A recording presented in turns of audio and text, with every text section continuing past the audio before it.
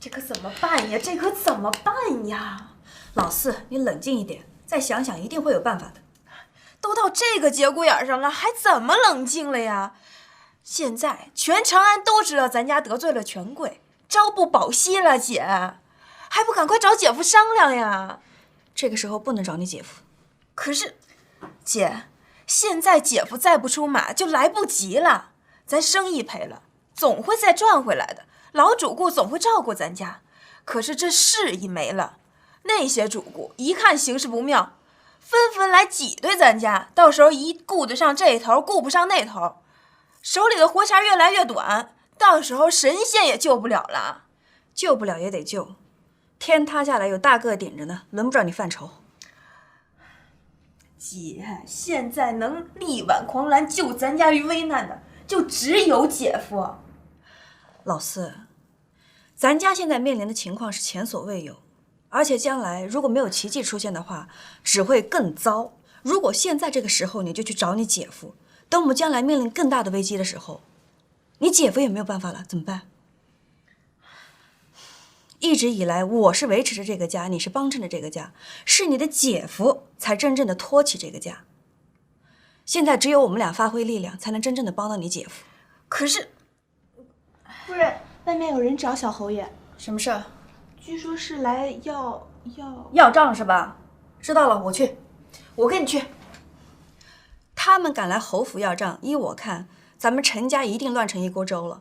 咱爹咱妈年纪也大了，你赶紧回去盯着。可是你一个人能行吗？我就不信，我堂堂一个四品诰命夫人，还学不会赖账。走。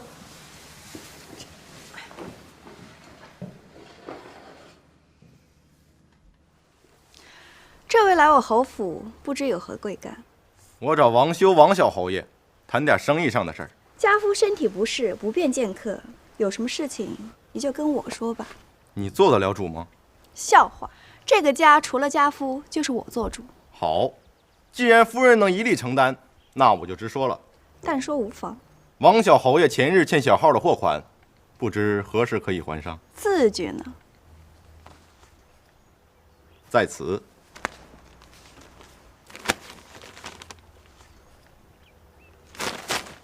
哎，你这什么意思？什么意思？这还款的期限7日后才到，您现在来的不是时候吧？7天后，7天后你还还得上吗？还不还得上，7天后再说。我看，你们根本就是没钱还上。你放心，还不上你的钱，我这宅子抵给你。夫人，您就别在这儿冲大头了。现在整个长安城哪个不知道你们侯府得罪了皇后？从今往后，别说翻身了，不被抄家就是好事了。你说谁抄家呢？你才被抄家呢！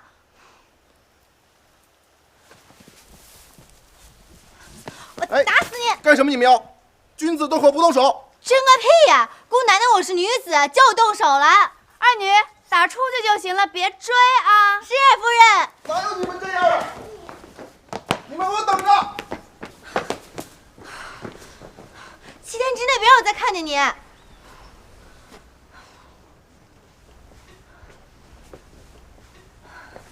夫人，我是不是又粗鲁了？不，刚刚好。夫人，你看。走，二女。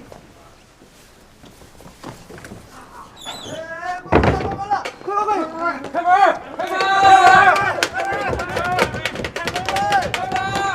二娘子栓子，守着门，不要让人进来。是，夫人。哎呀，夫人啊，哎呀，快来！这也不是长久之计呀。我现在不需要长久之计，只需要权宜之计。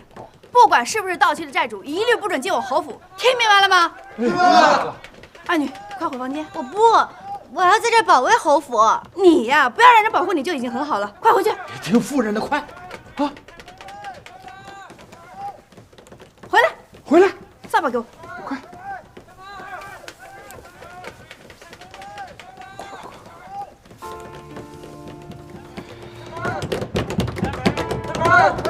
开门！公主，不好了！子豪那边怎么样了？快说！我刚打探的消息，王侯爷的家被围了。多少人？不少，看样子是要动真格的了。子豪。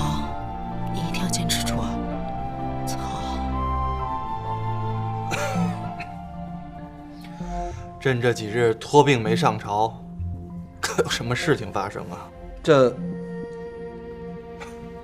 回皇上，我大唐近日风平浪静，实在没有什么事情发生。可我怎么总觉得这心里闷得慌？陛下，我大唐国泰民安，您还不习惯了吗？是，可能是朕多虑了。媚娘，那些奏折你都批过了吗？都替陛下批好了。拿来我看看。您不信任我？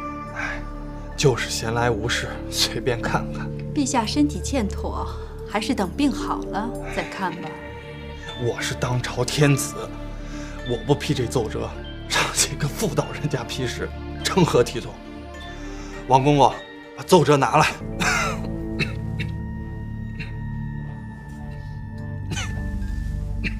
王公公，陛下要看，你就去拿啊。是。媚娘，你变了。陛下，这是哪里话？总之是变了。你再也不是先帝宫中那个千娇百媚的武才人了。陛下说笑，如今我是陛下的当朝皇后，当然与先帝的才人不同。媚娘，陛下，媚娘一直在您的身边，不要担心。我听不见，我听不见，我夫人听不见。夫君，哎呀，夫人辛苦了。不辛苦。夫君写完了吗？写完了，马上就去找上官大人。那上官大人救得了咱们家吗？救不了，不单救不了，你找上官大人救咱们家，就是越救越急。那夫君这是为何呀？有时候人活着，不能光想着自己。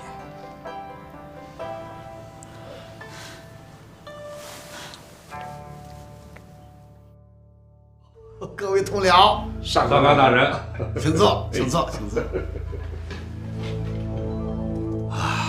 各位大人，武后近年愈发跋扈，恐危及我大唐社稷安危。我辈识君之路，当为君分忧。现如今唯有上表陛下，力荐废后。上官大人所言极是，武后擅权，弹压异己。武家重贼，这些年来逐渐掌握了朝廷中的多个部门，朝纲上下极为不满。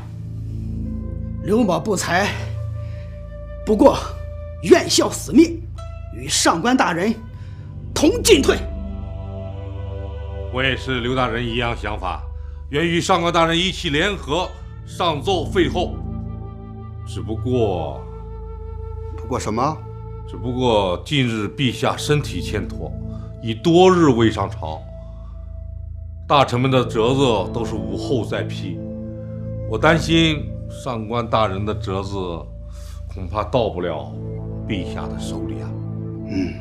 张大人的担心，老夫也考虑过，但是陛下身体每况愈下，如果我们再等下去，恐怕从此再无废后的机会。说的是啊，张大人不必过于担心。其实老夫还是有办法把荐书送到皇帝手上的。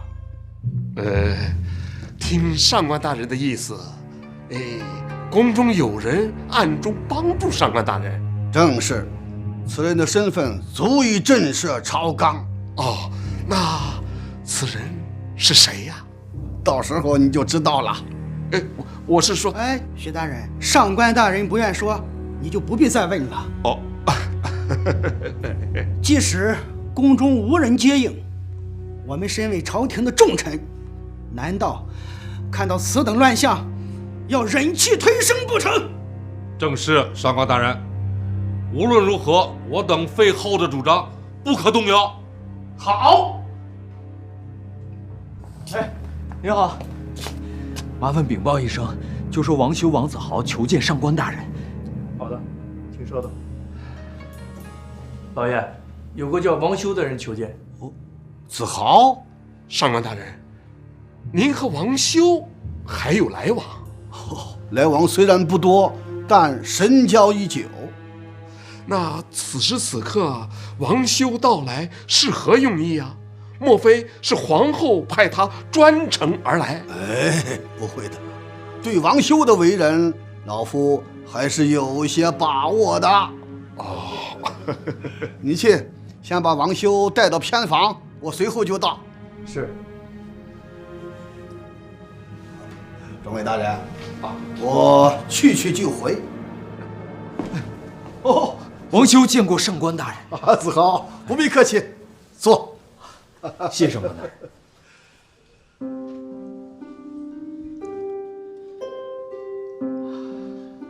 上官大人，今日身体可好？子豪，老夫知道你是无事不登三宝殿，有何事直说吧。大人果然火眼金睛，那小的就不兜圈子了。子豪是有一事相求。子豪，你家近日所遇，老夫也有所耳闻。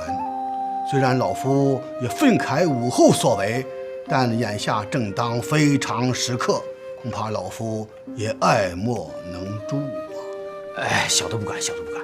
小的如果想托关系找人情，也不会来找上官大人。哦，为何？上官大人依然危如累卵，小的如想自保，躲开上官大人还来不及呢，又怎能上门求见呢？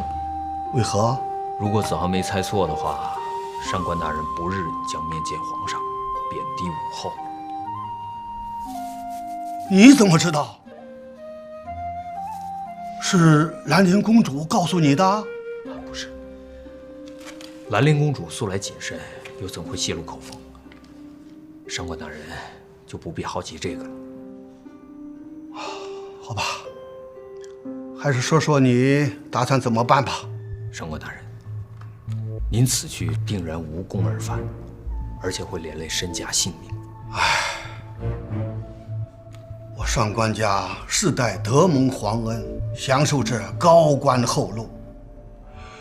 现如今李家宗室眼看被武后打压，主弱而后强，我上官仪岂能坐视不管？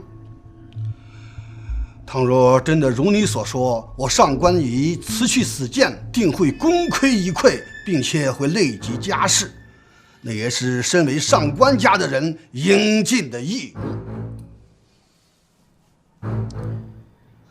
大人，我知道这个结局不可更改，也就不劝你了。只是子豪还希望你能救一个人。你是说兰陵公主？正是。其实老夫已经有了安排。公主，上官大人托人送来的密函。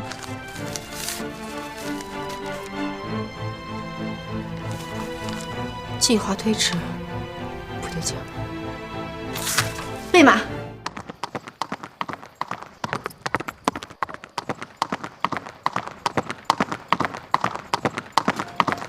快点，快点，快点！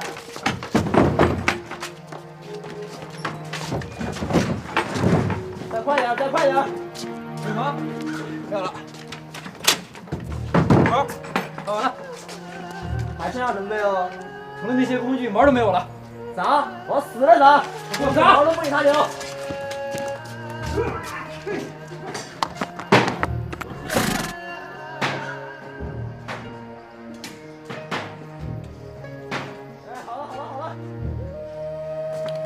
来，撤！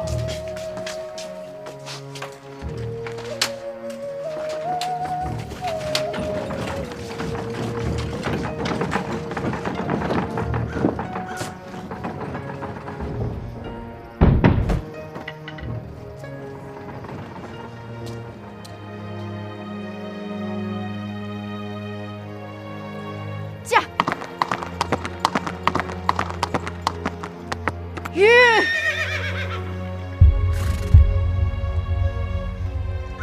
君，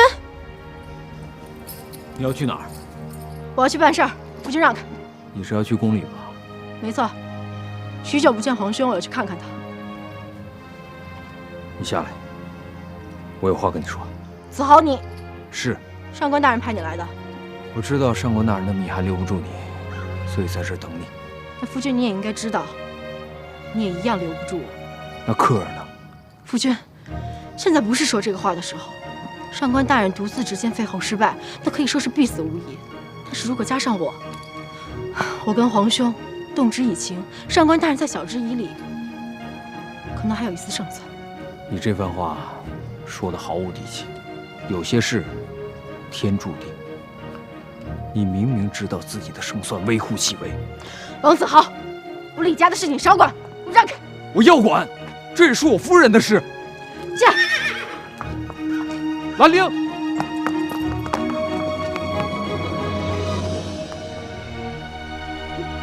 想不到我大唐竟断送在此，断送在此啊！老爷，老爷，您这是？刘管家，你把下人们都招呼起来，我有话要说。是。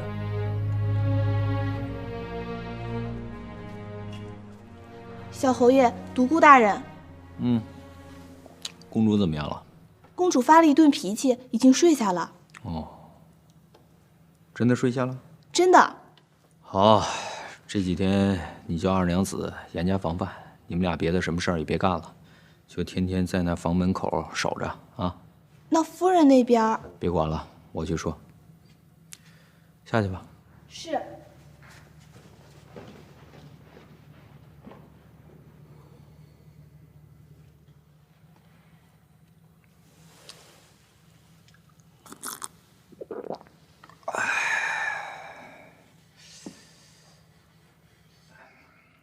我知道，我不说，独孤兄也不会问。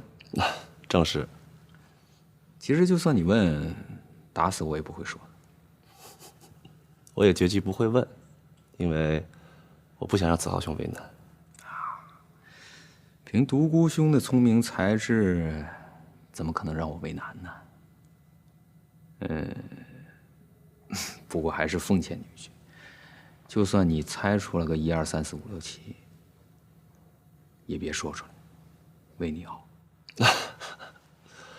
我独孤父何时怕过事儿？只不过我怕说出来，子豪兄会更为难。知我莫若独孤父啊！既然这边没什么事儿了，我就先走了。啊！哎，天黑我送送你吧。来吧。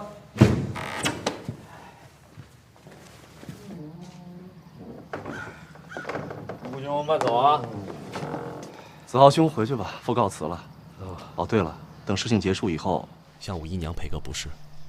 啊，好，告辞。哎，独孤兄，在下还有一个不情之请。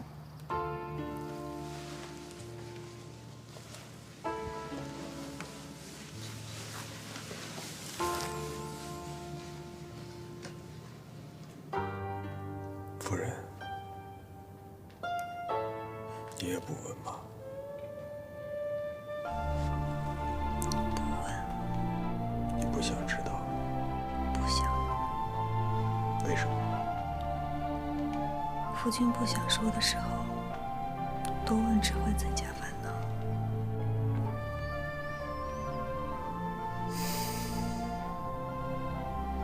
一夜之间，都成了明白人。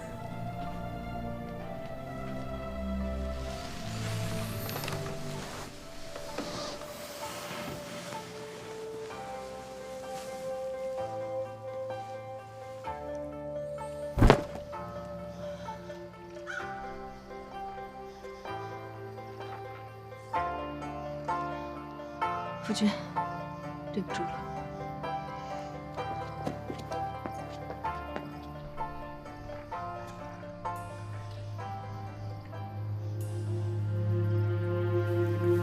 公公，皇上在哪？公主与老身来便是了。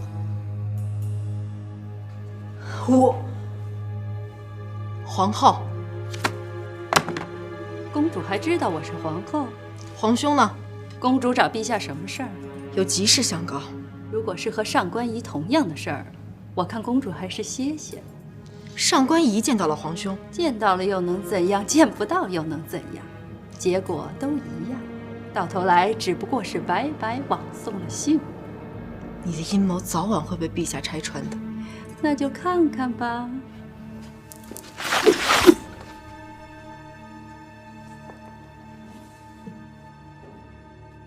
皇后，你这是什么意思？没什么意思。既然公主喜欢这皇宫，那就多住2天。都听说了吗？连会所也被封了。我们得做点什么呀？怎么干啊？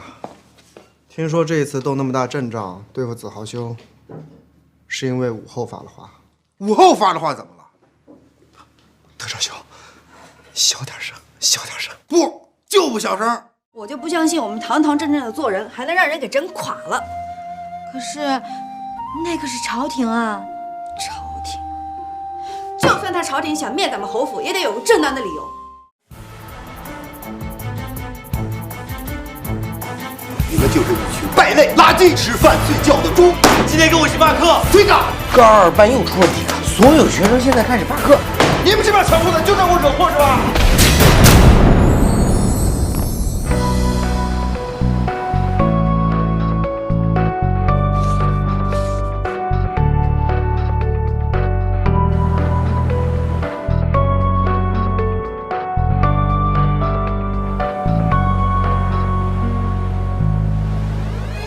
小白金死，你将何苦啊？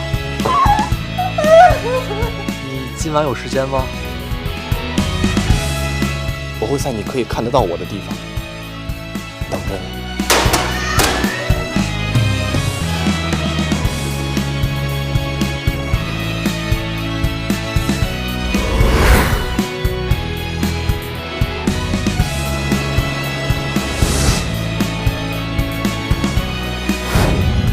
高二班所有的人都在为你加油！加油！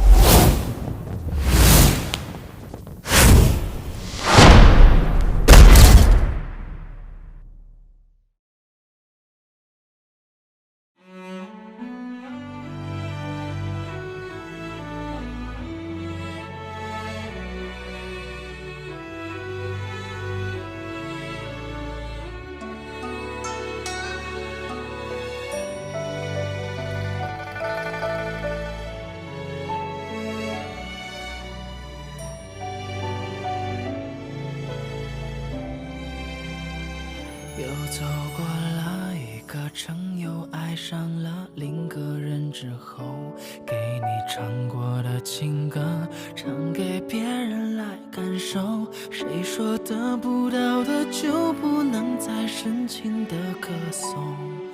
情歌没错，错的是感动。一个被爱的人爱了别人，凭一句自由，跟着另个人把曾经的人忘掉之后，抓不到的幸福越用力就越换来落空，苦涩后懂事，怀里有自由。爱了几分，旧的很几分，岁月冲淡了认真，谁都能说天长地久，谁又能真的跨越千年厮守？